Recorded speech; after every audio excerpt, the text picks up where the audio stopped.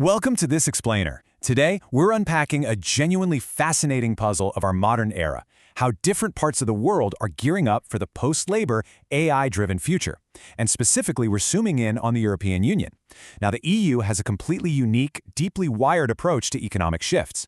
Seeing how they're handling this impending AI revolution gives us, literally, a front-row seat to the future of work. We're going to break down their philosophy, the actual mechanisms they're building, and the massive stress tests those systems are facing right now.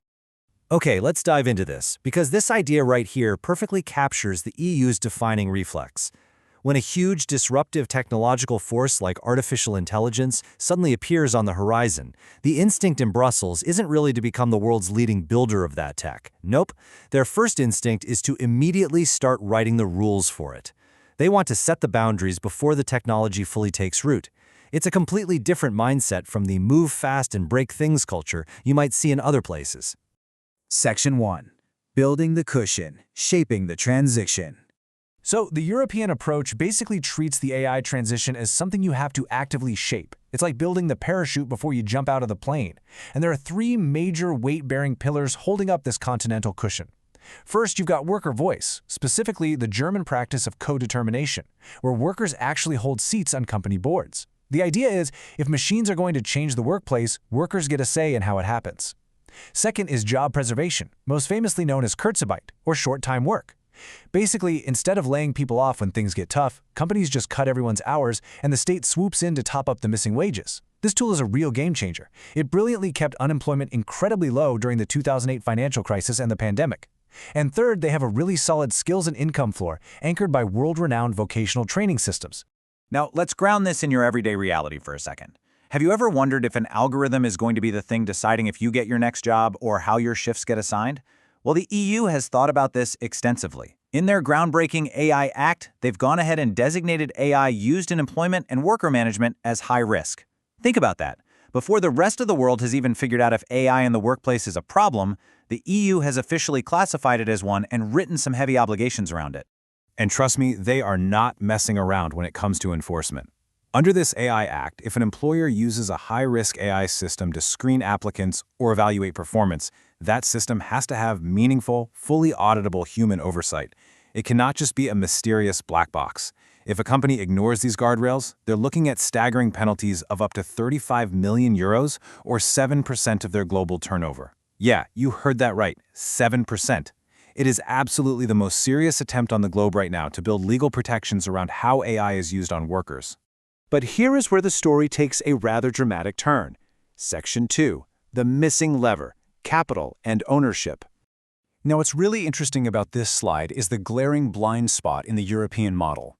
If you look at the 5 major levers a society can pull to handle economic transitions, Europe pulls 4 of them incredibly hard. Their income floor, work regulations, skills training, and institutional rules are all incredibly strong. But look down there at that final category. Capital and ownership. It's conspicuously minimal.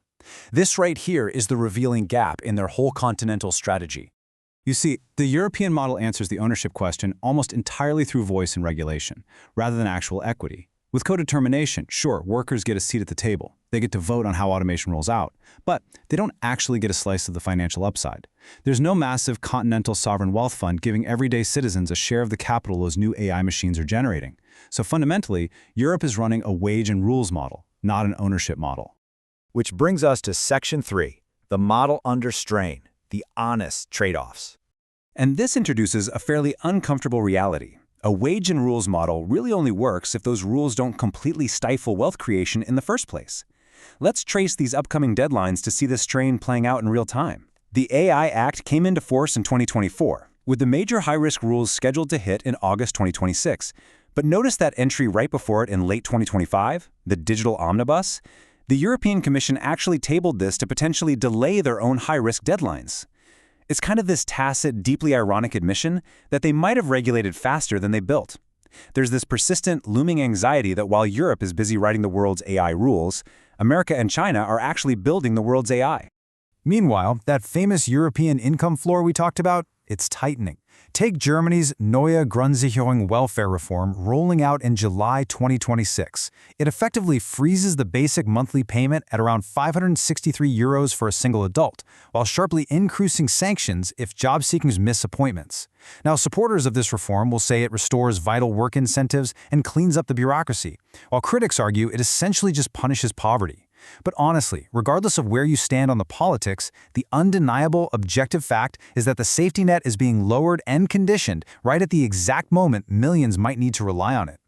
So the stress tests on the system are severe across the board right now. The income floor is tightening, German unemployment has crept back up toward 3 million, and their crucial industrial core has shed over 100,000 jobs recently. And remember Kurzarbeit, that brilliant job-saving tool? Well, it's increasingly just turning into a holding pattern before inevitable layoffs. The harsh truth here is that a model brilliantly designed to absorb temporary cyclical economic shocks is now being forced to absorb a permanent structural shift. And that brings us to a really crucial metaphor. Rules shape a pie. They don't bake one. A regulatory superpower can absolutely export its rules globally just through the sheer gravity of its massive market. But it still has to answer a fundamental question. Where will the actual value, the cutting-edge firms, and the high-paying jobs of the AI era actually be created? Because if the productive industrial core that funds this entire super expensive social model keeps shrinking, then those European guardrails are ultimately just protecting a shrinking pie. Section 4. Exporting the way. What travels cleanly? And this brilliantly illustrates a really important question. Looking at all these structural challenges, what parts of the European way can actually be packed up and exported to other countries navigating AI? Well, the divide is pretty clear. Some things travel incredibly well. Kurzarbeit is this mechanical masterpiece that almost any country with an unemployment system could adopt. And AI hiring rules spread globally through what's known as the Brussels effect. Basically, international firms just adopt EU rules globally so they can maintain access to the European market. But other parts, they fiercely resist being transplanted. You can't just copy-paste Germany's generations-old vocational training system overnight. And a rules-first instinct really only works if you have the immense state capacity and market gravity of the EU. If a smaller country tries that exact same playbook, they generally just get ignored. So we arrive at the grand wager of the European Union.